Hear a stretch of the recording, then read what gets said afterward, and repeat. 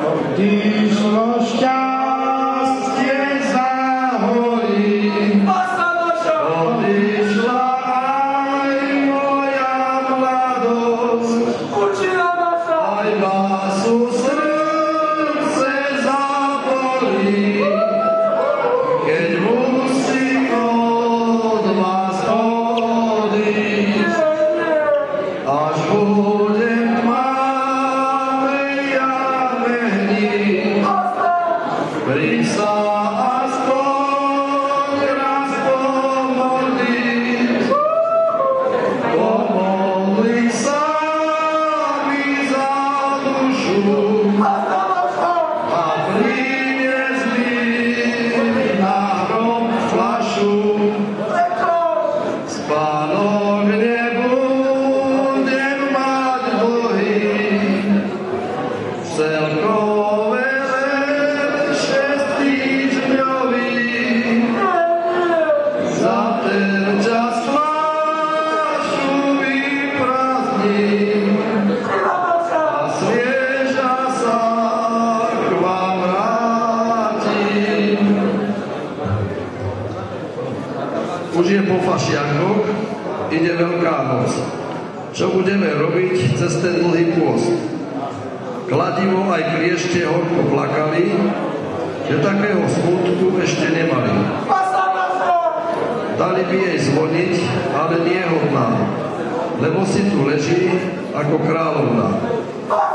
Všetci to hovoria, že to treba tak, toľko si faflala, až ťa trafil šľak.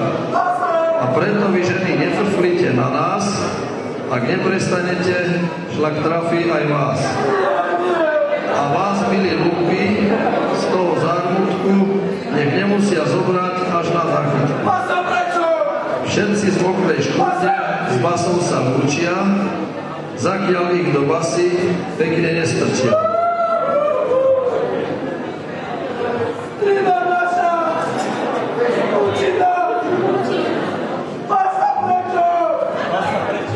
Vážení prítomní bratia a sestry, toto skutočné zhromaždenie sa koná na počesť ospolej milovanej tetky, matky a kmotry basy. Odobrala sa od nás po ťažkej a dlhej chorobe. Reči o cirhóze sú iba protikampaňou abstinentov. Mimochodom, abstinent je človek, ktorý má buď mrcha pečienku, alebo mrcha ženu. Zo stola mala rada spoločnosť a ľudí v nej. A ľudia mali zase radi ju. Preto ju pravidelne navštevovali v miestnom pohostinstve a v duchu hesla, čím vyššie toho vypijeme, tým menej toho zostane na svete. Bojovali statočne, niekedy až do bezvedomia. S heslami ako radšej sedieť v malej krčme, ako robiť vo veľkej fabrike. Alebo až keď bude posledná fľaša dopitá, otrčím ja kopytá. Alebo radšej trošku vyliať s Parkinsonom, ako zabudnúť vypiť s Alzheimerom.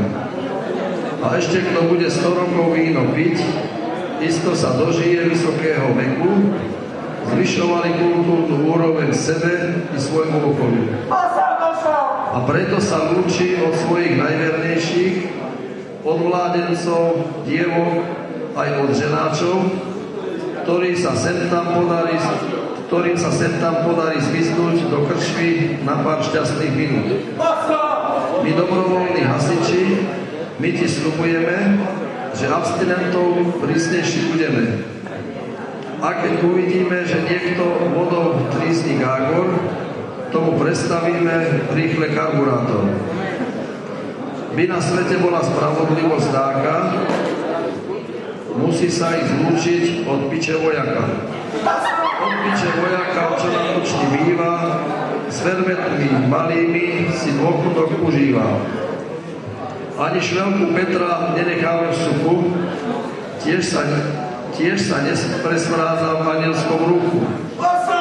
Hovnocúc a koňak, ako aby bol na svete, tomu bude stačiť, to určite viete.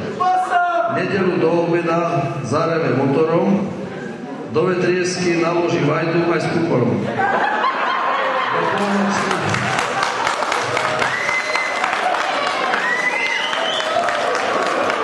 Po polnočných snuboch, keď už župy tečú, šedým hovnocucom sa hore ovcov vlečú. Niekedy to býva, keď je toho moc, na Vianoce, hody či na Veľkú noc. V Žitnej poblíž cintorína je dom Vila Viktorína. Volajú ho Tatramat a aj on mal vasu rád. Rád sa babre v motore, aute, deste, traktore. Keby si však radšej upratal ten bordel, čo má na dvore. V Žitnej na ráz cestí, za krčmou pár krokov, býva Milko Bežov, čo nespal 30 rokov. Po rúbe niekedy lahučko hotuje, ale väčšinou ho ťažko nadrapuje. Ide mu po rúbe roztrhnúť črevo, preto chodí srať Ivanovi Buštierovi za drevo. Vždy len odtiaľ dobehne a tak tam aj sráva, preto tam narastla tak veľká žihla.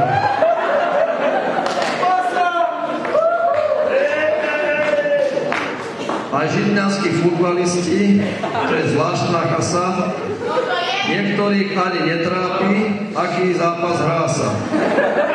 Či tu hrajú Ruskovce, či kšiňanskí hadi, ale či sa niečo v umývadle chladí.